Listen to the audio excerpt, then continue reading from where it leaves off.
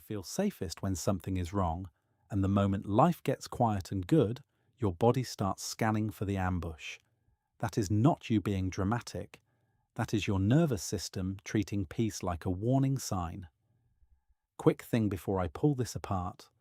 We are building toward our next subscriber milestone, and your subscription genuinely helps this channel reach the people who need this kind of depth. And if this hits uncomfortably close, tap like so the algorithm actually shows it to more brains that run this pattern. Now let us name the experience precisely, because most people describe it badly. It is not just anxiety when things go well. It is a very specific sensation. Your mind starts inventing problems. You get the urge to pick a fight. You sabotage the routine. You check your bank account again, even though you already checked it. You reread the text thread looking for a hidden tone. You suddenly feel convinced the good news will be revoked. And the strangest part is that you can even feel guilty about feeling bad, because objectively nothing is wrong. Here is what I have observed, and what the research basically keeps pointing at from different angles. For some nervous systems, good does not register as safe. Predictable registers as safe. Familiar registers as safe. And if chaos is what was predictable, your brain will treat stability like a foreign country with no map. Think about that for a second. Your fear is not of bad outcomes. Your fear is of unpriced outcomes, the unknown cost, the surprise invoice.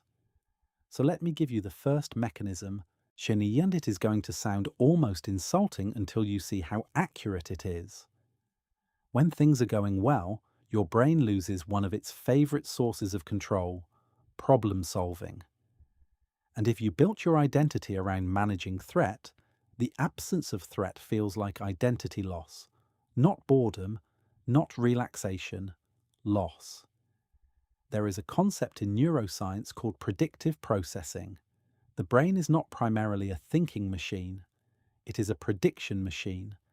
It is constantly generating models of what will happen next, and then it updates those models based on what actually happens.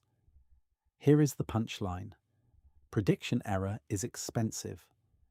When reality stops matching your model, your brain has to do heavy metabolic work to update it. So if your model says, something always goes wrong after good things, and then good things keep happening, you do not just feel happy, you feel a rising prediction error. Your brain is basically saying, this does not match the file. Where is the missing threat? And because the brain hates open loops, it tries to close the loop by finding a threat, even if it has to manufacture one. That is why, when life is smooth, you suddenly notice a weird look your partner made 3 days ago. Or you decide your boss is about to fire you because they wrote sounds good instead of sounds great. Your mind is not being irrational for fun.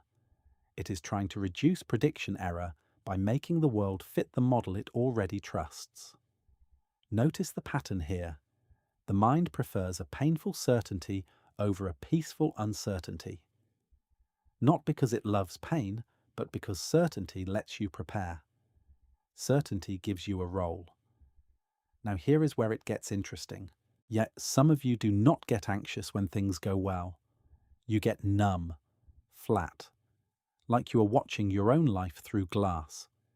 That is the same system, just a different strategy. When the brain cannot find the threat, it lowers the volume on feeling itself, because emotion is a commitment signal. Emotion says, this matters, invest resources. And if your nervous system believes good things are unstable, it refuses to invest. Numbness is not laziness, it is risk management. Let me show you what I mean with a simple example. Imagine you grew up in a house where calm meant the storm was coming.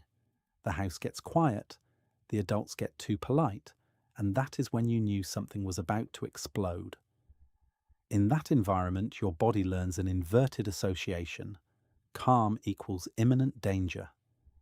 So years later, when your adult life finally becomes calm, your body does not interpret it as safety. It interprets it as the pre-explosion silence, and you can understand this without turning it into a cliché about trauma. This is just associative learning. The amygdala does not care about your philosophy. It cares about what preceded pain in the past. It is a pattern detector with one job. Do not let this happen again. Second mechanism, and this one is more subtle. When things are going well, your brain starts running what I call the debt model. If early life taught you that good things come with a cost, your mind will anticipate repayment. The better it gets, the more it feels like you are borrowing from the universe. So you start to feel unsafe not because you expect failure, but because you expect collection. This is why some people cannot enjoy compliments. A compliment feels like a contract. Now you must maintain. You must perform. You must not drop the standard. The compliment is not pleasure, it is pressure. In psychology, a related concept is the contrast effect and hedonic forecasting errors. But I want you to see the lived version. When your internal model is good things raise expectations, then good things automatically raise threat. Because expectations create a new way to lose. You did not just gain something, you gained the possibility of losing it. So if you get the promotion, you do not celebrate. You start imagining being exposed as incompetent. If the relationship becomes stable, you start imagining betrayal. If your body feels healthy, you start searching symptoms. Not because you are ungrateful, but because your brain is calculating vulnerability. And if you have never heard someone say it this bluntly, happiness increases the surface area of your life that can be damaged. That is the math your nervous system is doing. But there is another layer. This is not only about fear, it is also about loyalty. Third mechanism. Some people feel unsafe when things go well because thriving triggers unconscious guilt. If you came from a family system where suffering was the price of belonging, then doing well feels like betrayal. You are not just escaping problems, you are leaving the tribe. Family systems theory talks about homeostasis. A group stabilizes around a certain emotional temperature. If the family identity is we struggle, then your success does not just change your life. It threatens the group story. And humans are wired to protect attachment, sometimes even at the cost of personal well-being. So you self-sabotage, not because you hate yourself, but because your brain is asking a brutal question. Is safety worth loneliness? Is peace worth being the odd one out? Here is what makes this so hard to detect. Consciously you will say, I want a better life. But unconsciously your nervous system says, better life equals separation.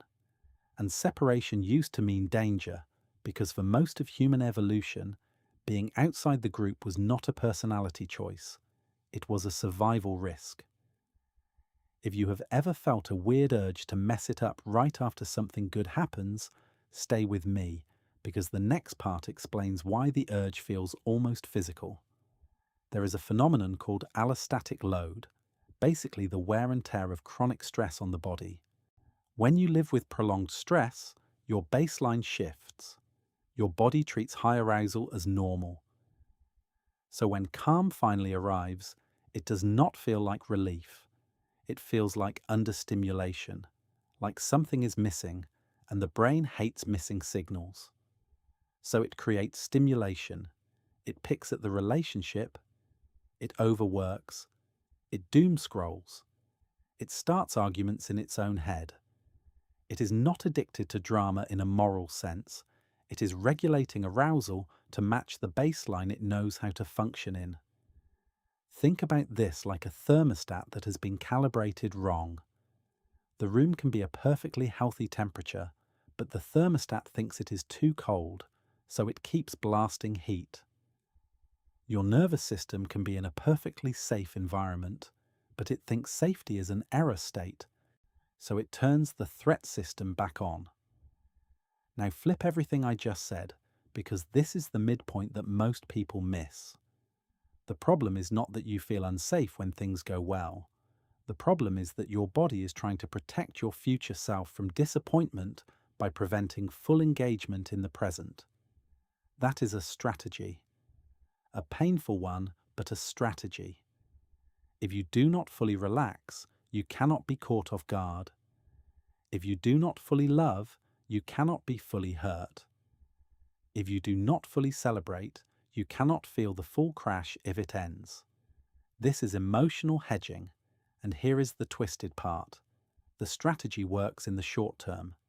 It reduces immediate vulnerability, which is why it becomes habitual. Your brain learns, when I dampen joy, I feel less exposed. When I create a problem, I feel more in control. When I worry, I feel prepared. So the pattern reinforces itself. But here is the cost. You start confusing readiness with safety. You start believing that if you are not bracing, you are irresponsible. That is why relaxing can feel like negligence, like you are failing a duty. Now watch what happens when we apply this to identity. If you grew up having to be the one who anticipates, the one who manages, the one who keeps everyone stable, then your value became linked to vigilance. Your nervous system does not just say, danger might happen. It says, if danger happens and I did not predict it, I am worthless. That is not fear.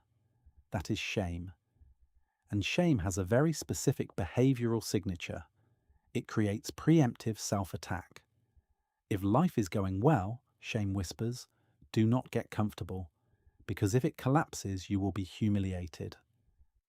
So you attack first. You lower expectations. You find flaws. You stay realistic. You call it being grounded, but underneath it is a protective pessimism that keeps you from having to feel stupid later. This is why some people are only confident when they are struggling. Struggle proves competence. Struggle proves usefulness. Peace removes the evidence that you matter. So what do you do with this practically, without turning it into affirmations and bubble baths? You need a different model than I must calm down. Because telling a threat-trained nervous system to calm down can sound like telling a soldier to relax in a war zone. The soldier is going to say, explain to me why this is safe first. So here is a framework I have found actually works because it speaks the language your brain understands. Prediction, permission, and practice. First, prediction. You stop asking, why am I anxious? And you start asking, what is my brain predicting will happen because things are going well? Name the forecast. Not the feeling, the forecast. Is it predicting abandonment, punishment, envy, a sudden reversal, a demand you cannot meet? When you name the forecast, you turn vague dread into a testable hypothesis, and that alone reduces fear, because the brain hates vagueness more than it hates bad news. Second, permission. This is the counterintuitive step. You give your nervous system permission to keep scanning, but you change the job description. You basically tell it, you can look for information, but you are not allowed to invent conclusions. Data, not stories. So instead of, my partner is pulling away, you say, I notice I did not get a reply for 3 hours. That is data. And then you add, I will wait for more data. This sounds small. It is not. It interrupts the prediction error loop that forces the brain to close uncertainty with catastrophe. Third, practice. Safety when things go well is a skill, not a belief. You train it through micro-exposures to goodness. This is the part people skip because it sounds too simple, but the mechanism is real. You deliberately let yourself have small, bounded experiences of success and calm, and you do not immediately contaminate them with analysis. For example, 10 minutes of enjoying something good without multitasking, without checking, without planning the next threat. You will feel the urge to ruin it. That urge is the old thermostat. Your job is not to eliminate the urge. Your job is to stay present while the urge rises and falls, so the brain learns a new association. Calm can happen, and nothing attacks me afterward. This is essentially inhibitory learning, which is one of the strongest models we have for how exposure works. You are not erasing old fear memories. You are building new safe memories that compete with them. The goal is not to forget the past. The goal is to update the brain's prediction weights. Now, one more piece that ties everything together, and it is the ultimate insight. Feeling unsafe when things go well is often your mind trying to preserve a coherent story of who you are. If your story has been "I survive," then thriving threatens coherence. Thriving demands a different identity, someone who is allowed to receive, allowed to rest, allowed to be surprised by good outcomes. And identity shifts feel like death to the nervous system because the brain treats the known self as a shelter, even if it is a broken one. So the real work is not forcing yourself to feel safe. The real work is becoming the kind of person for whom safety makes sense. Someone whose value is not vigilance. Someone whose belonging is not purchased with suffering. Someone who can tolerate open loops without filling them with disaster. If you want a quick test that will expose the core driver for you, ask this and answer honestly. When things are going well, what feels more dangerous, losing it, or being seen enjoying it? Because those are different wounds. Losing it is fear. Being seen enjoying it is shame and loyalty and visibility. And once you know which one it is, you stop fighting a shadow and you start addressing the actual mechanism. So the next time your life gets calm and your body panics, do not take it as evidence that something bad is coming. Take it as evidence that your nervous system is meeting an unfamiliar environment. Stability is not always soothing at first. Sometimes it is just new. If this changed how you see yourself, tell me in the comments what your brain predicts when things go well. And remember this line, because it closes the loop from the beginning. Peace feels dangerous when your identity was built as a response to danger, but that does not mean peace is a trap. It means you are finally somewhere your old survival rules do not apply.